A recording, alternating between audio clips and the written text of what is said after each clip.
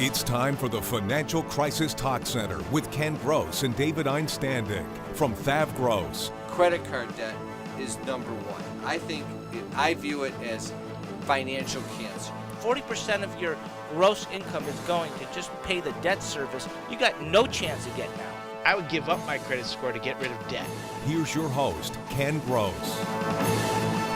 Welcome back to the Financial Crisis Talk Center. The word of the day for this segment is housing.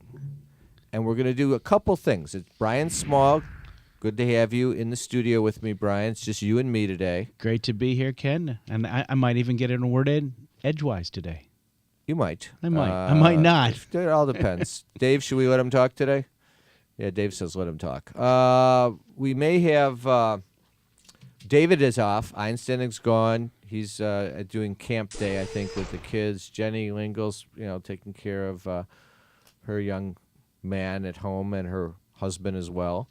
So it's just you and me. We're going to talk housing, and we're going to cover it in two ways. There was some recent news on housing that I think is worthy of discussion from the standpoint that I think it's a little bit of a surprise when you analyze it, but it's a statement of where the economy may be going, and I think it's a reason to be concerned and also a reason to make plans from the standpoint of what your view of housing should be relative to buying, selling, and so forth on a home.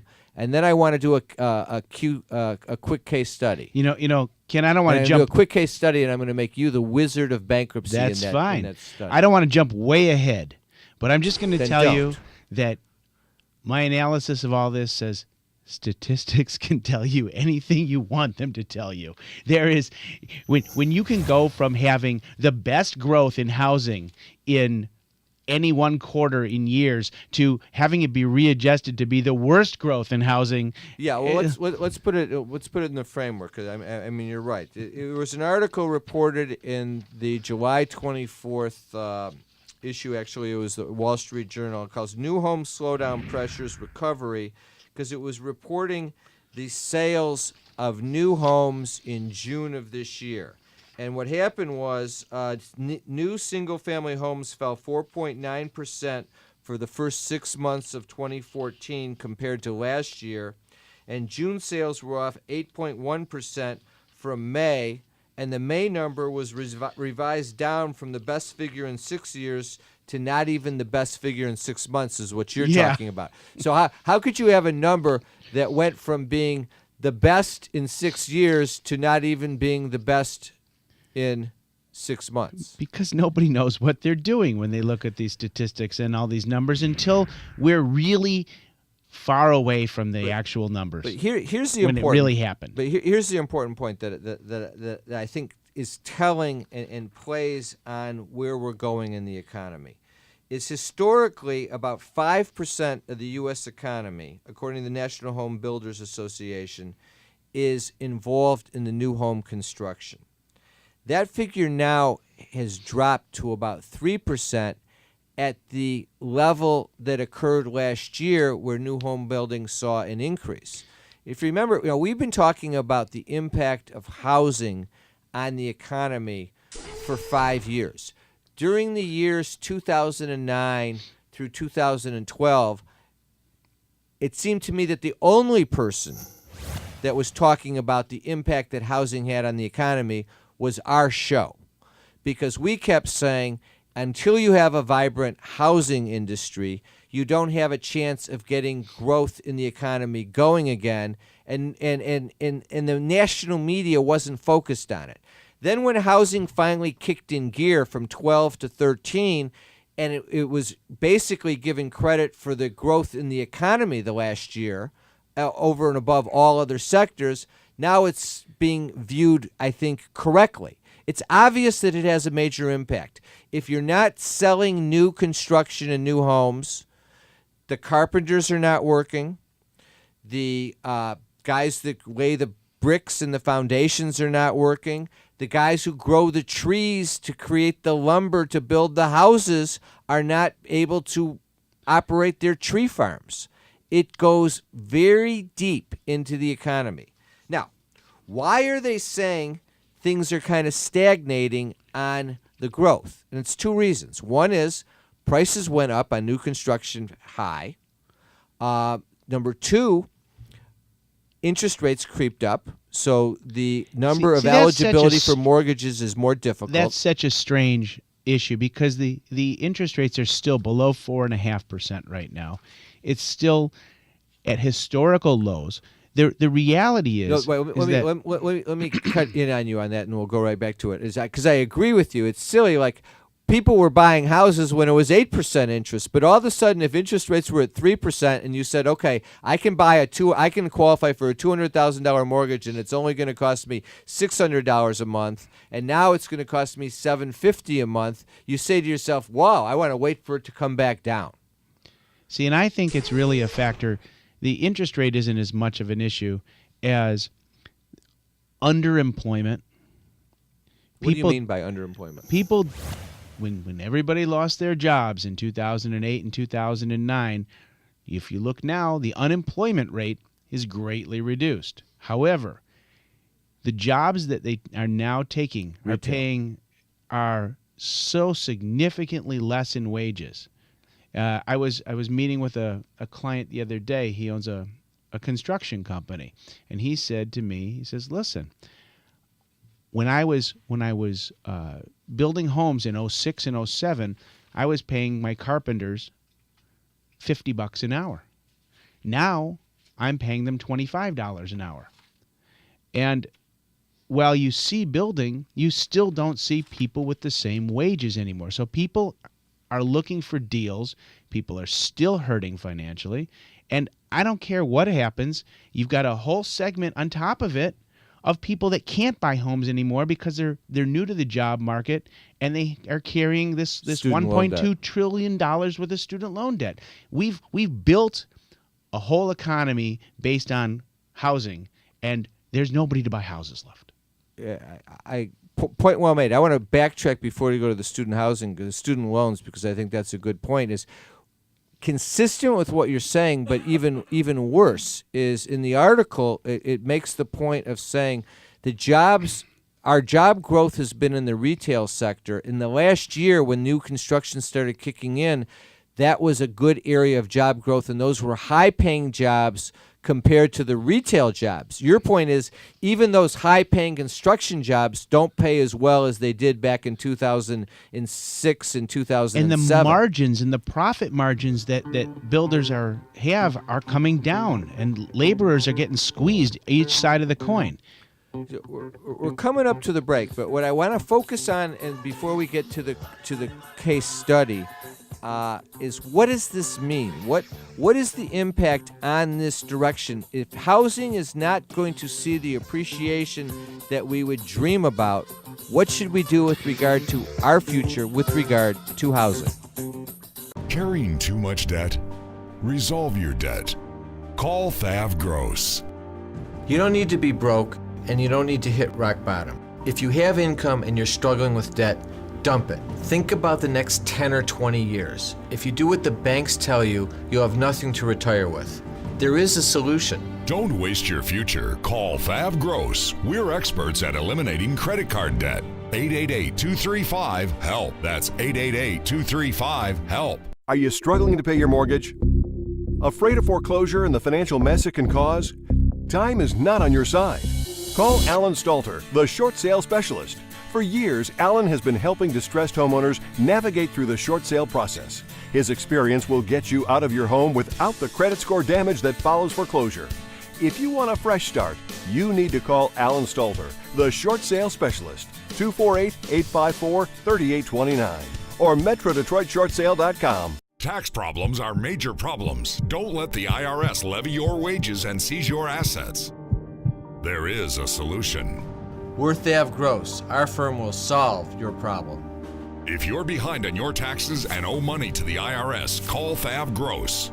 We've been solving tax problems for 32 years. We stop wage levies, resolve unfiled returns, and obtain the best possible settlements.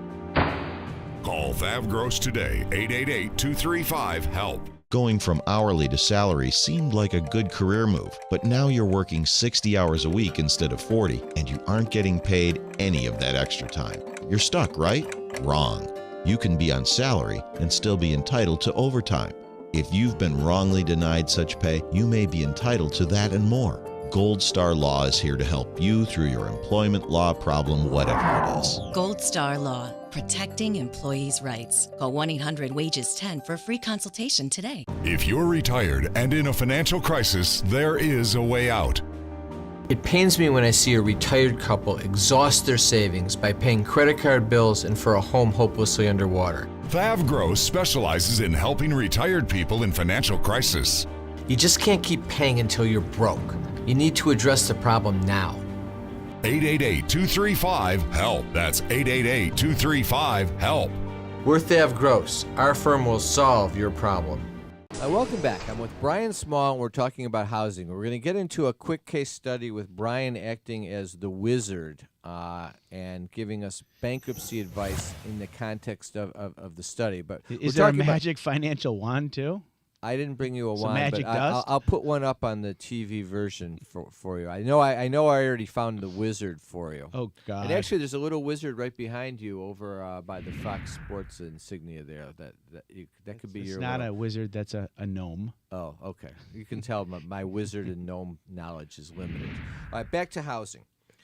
So, what this information indicates to me is that the appreciation that we've seen in housing in the last year, and we've seen good appreciation in the Detroit market as well, I don't think you're going to see it continue. Well, I don't think you can ever have that type of growth year after year after year. Traditional growth in housing in values is anywhere from 4 to 7% annually. Yeah, and I want to distinguish that, though, because if we go back to the financial crisis, nobody ever thought we'd see 1% appreciation in real estate ever again on an average basis, and that's what all the pundits said. And then when we came out of the financial crisis, we saw anywhere from 12 to 18% appreciation, and in some markets more and in some markets less. So what it says is those people didn't know what they were talking about then, and they don't know what they're talking about now. But the thing that... At least they're consistent. Right. The thing that I see is this. With the student debt problem, where kids are graduating college with student loan payments of $800 a month and they're making $40,000 a year, numbers are numbers. They're not going to have the disposable income they need to buy a new home. Or even to buy an existing home and then to flip into a new home in 2-3 years. Those student loans have created the boomerang generation. When I got out of school, I was making $35,000, $40,000 a year, and I had an $800 house payment. I had a $79 student loan payment. Yeah, I know that was 1920. It wasn't 1920. Well, I can tell you, even it was so, it was the 1980s. It was 1985. My father tells me the story that his mortgage payment was $140 in 1968. And it's basically a consistent type of a theory. That $800 house payment I had is what some people have as a car payment now. That's an insanely high car payment, but that's a different story. But the problem is the income is the same. The guys getting out of college now, the young graduating lawyers, you're making $40,000 a year. You got an $800 student loan payment. How are you going to come up with $1,100 for a mortgage payment? It's not going to work. You're not. We've created a whole generation and probably 2 more generations that are going to be so indebted on student loans that we're not going to be able to rely on those kids and those young adults to buy houses. Okay, well, unless we're able to solve the problem. Somehow they gotta do something to solve the problem. We're not going to solve the problem on this show, so we're going to move on. But just make that as a note. Somewhere, somehow, this country needs to solve the student loan debt problem. Stop lending. All right, let's do our QCS, quick case study. It's called Ask the Wizard, Brian, with 3 exclamation marks. I am so scared to see what you do on the television. Bill and Mary are a couple. They own a home in Redford. Fair market value today, $85,000. Redford got nailed in the financial crisis in terms of property values, and they have not seen much in the way of appreciation compared to some other areas. Very unfortunate because it's nice neighborhoods and good people. Mortgage to Bank of America, $145,000. First mortgage payment, taxes, insurance included, $1,550 a month. HELOC, home equity loan to Citibank, $25,000. Their gross monthly income is $4,000 a month. They were making $8,000. Mary lost her job. Now they're making $4,000. So they've got financial difficulty. They also have amassed $40,000 in credit card debt. Here's my questions for Brian the Wizard. Mr. Wizard. Remember, were you around for Mr. Wizard, or are you too young? I believe I'm too young, thankfully. Okay, well, for those of you in the viewing audience and listening audience, I hope some of you remember Mr. Wizard. It was always a science show, but it was very entertaining. So, Mr. Wizard, should they modify their mortgage? Should they file a Chapter 7 or a Chapter 13? And can they do one or more of any of these things? I have the answer. If this was Johnny Carson, I'd be holding up an envelope, and the Carmack. answer would be yes. Thank you. That concludes the show today. And if you want to find out, or if No, you'd no, like let- to find out why this from type the of Wizard, yeah. we'll continue with the Yeah. show. This type of situation is actually fairly normal. I get a couple that comes in with these I set want of to start effects with all the time. modification. So first of all, you have an opportunity to both modify, file a Chapter 7, and or file a Chapter 13. So let's start off with modification. Okay. 31% of their gross income is They're making $4,000 yeah, a month. $1,240. Right, They're- because what are you doing? Mr. Wizard, you're multiplying 4,000 times 31%. Got it. And so their current mortgage payment is $1,550. $1,240 is 31% of their gross income, so they're HAMP eligible. That's the Because Home that's Affordable less- Modification Program. Why? Because it's less? It's less than their current existing principal, interest, taxes, insurance, and if they had condominium association dues. The combination effect says that because the 31% is less than $1,550, they're going to be eligible to get a loan modification. Well, can they get principal reduction? They might be able to get principal reduction in this case because it's Bank of America, and as we all know, Bank of America is about to settle at some Well, point not this year. everybody knows. What are you talking about? Well, the federal You government may is going know. after them right now for more mortgage violations, and the government is asking for $20 billion, and Bank of America was stuck at $13 billion, and somewhere that number is going to be in between at the end of the day. But the long run is that it means it's beneficial to the homeowner that is financed through Bank of America. The possibility of principal reduction will again exist for you if your mortgage is BOA. I want to ask one other. I want to tack on one other little side question before you go on to the next point, because you're the wizard. How can they possibly have so much money to pay $13 to $20 billion in a settlement? You know, If you know the answer, Mr. Wizard. I could just tell you that Bank of America makes that kind of money annually, and it's mind-numbing.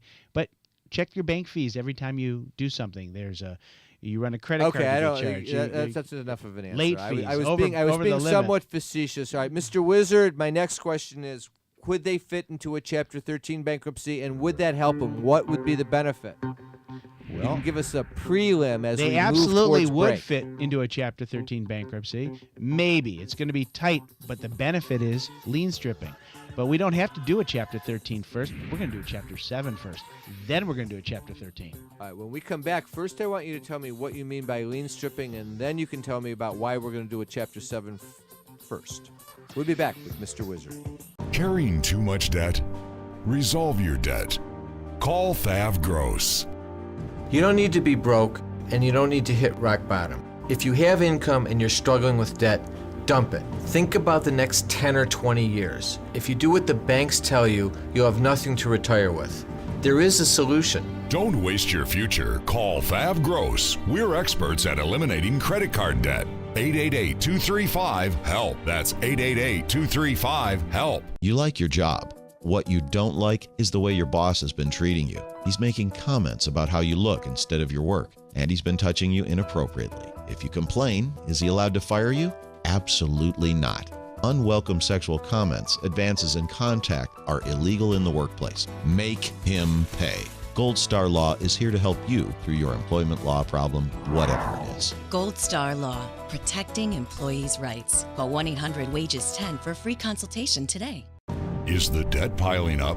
Struggling to get by? It's all about preserving future income. Bankruptcy is one option.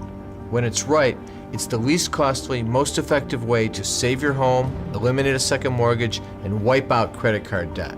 But you need to address the problem now. We help people with bankruptcy. Call the experts. Worth Ave Gross. Our firm will solve your problem. 888-235-HELP. That's 888-235-HELP. Every family has the family meeting, and we all know what that means. Dad's got dementia. What are we going to do? What's the care plan that the family has in place? Usually they don't, or they struggle with a care plan. When you go home tonight and you talk to your tax person and you talk to your financial person, say, what's the plan that you have in place? And as soon as they don't give you an answer, give me a call, because I can do it for you. Tax problems are major problems. Don't let the IRS levy your wages and seize your assets. There is a solution. Worth Ave Gross. Our firm will solve your problem. If you're behind on your taxes and owe money to the IRS, call Thav Gross. We've been solving tax problems for 32 years. We stop wage levies, resolve unfiled returns, and obtain the best possible settlements. Call Thav Gross today, 888-235-HELP. Welcome back. I'm not even going to comment on the statement that you made during the break with regard to hearing. It's a question of the failure of our cell phone network and voice over internet protocol to create clarity on the phone lines. It wouldn't possibly have any other explanation. What? All right, we've got some announcements. What'd you say? Yeah, we've got some announcements coming up. First one I want to start off with is we have a seminar coming up on September 10th, Wednesday. It's called Get Serious About Debt Elimination. This is a seminar that's going to it summarizes what you need to do. And it's not, when we talk about get serious, I'm not saying to everybody, if you're desperate, if you're like broke and you absolutely need to file a bankruptcy or you don't have food to put on the table, of course you need to get help, and we're available to help you at any time. You don't need to wait for September to come in for a seminar.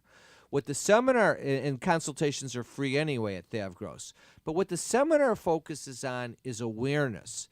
And here's what excites me and motivates us in terms of financial issues. If you're in your 30s, 40s, or 50s, and you're planning on living to see your 70s and 80s, you got to start thinking about the reality that you need more money than just Social Security to live on. The guarantee of having equity in the house is no longer there because we've seen what can happen with our economy in swings, and we can see that bubbles can burst and equity can be lost. You got to start putting money away in the bank. You got to have savings. And if you're carrying too much debt, no matter what happens, you eliminate your ability to save money. If your minimum payments on your credit cards and your hospital bills are $1,500 a month, and at the end of that month, when you make those minimum payments, you have enough money for food and clothing, but you're not putting any money in the bank, if you continue on that path, when you get to 70 and 75, you're going to have no savings. It's that simple. America needs to wake up to that reality and say, I can't let the situation persist. That's what the seminar is about, is what are your options?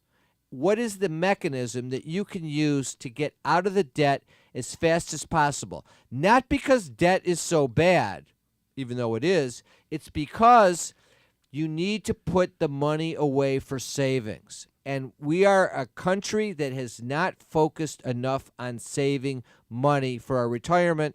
The reason is because the entire economy forces you to try and spend your money because that's how you have growth. It's a conundrum. What's good for the economy is not good for you. You need to put money away so that when you're 75, you got $1 million in savings plus your Social Security. It's important. And that's what the focus is. So if you want to go to the seminar, it's free. You go to thavgross.com, financialcrisistalkcenter.com, or call 888-235-HELP. There's a link there. You sign up, and we send you tickets. It is September 10th from 7 to 8:30 p.m. I want to thank our sponsors, Gold Star Law, Samasco Law, REO Services, Trips Auto Shop, U.S. Staffing.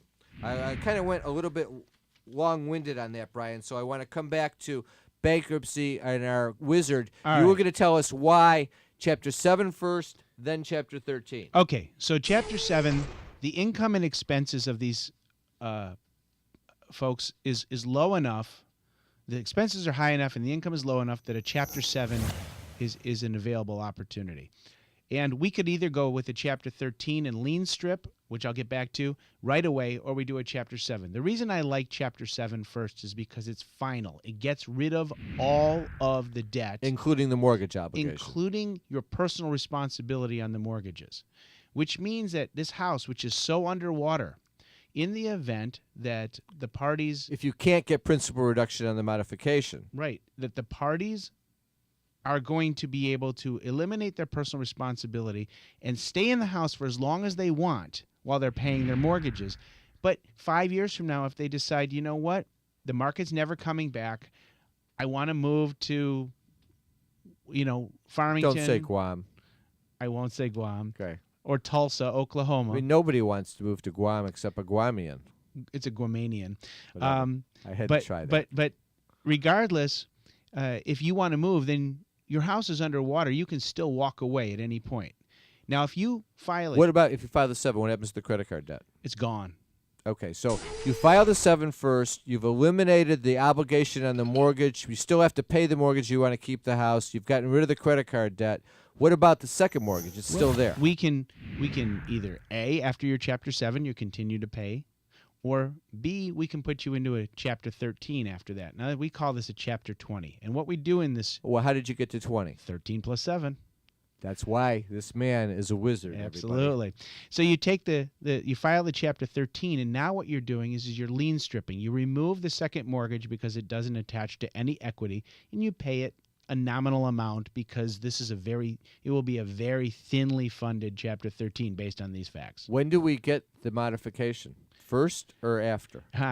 Interestingly enough, we can get it first, or we can get it after. So let's suppose we try it first. We don't get principal reduction. Then we do the Chapter 7. Then we do the Chapter 13, which equals 20, to get rid of the second mortgage. And we try and get the loan modification again in the 13, which has a greater likelihood of success because we have no other debt. And then if we get the principal reduction, now we have a house that's no longer underwater. And we have no second mortgage. And we have no obligation. We can still walk away when we want to. It's an amazing concept. I like it. I want to thank Mr. Wizard for joining us today. This is Brian Small, a.k.a. Mr. Wizard. Did a great job. I want to thank you for joining us. Everyone have a great week. We'll be back next week with the Financial Crisis Talk Center. Thanks for listening and watching.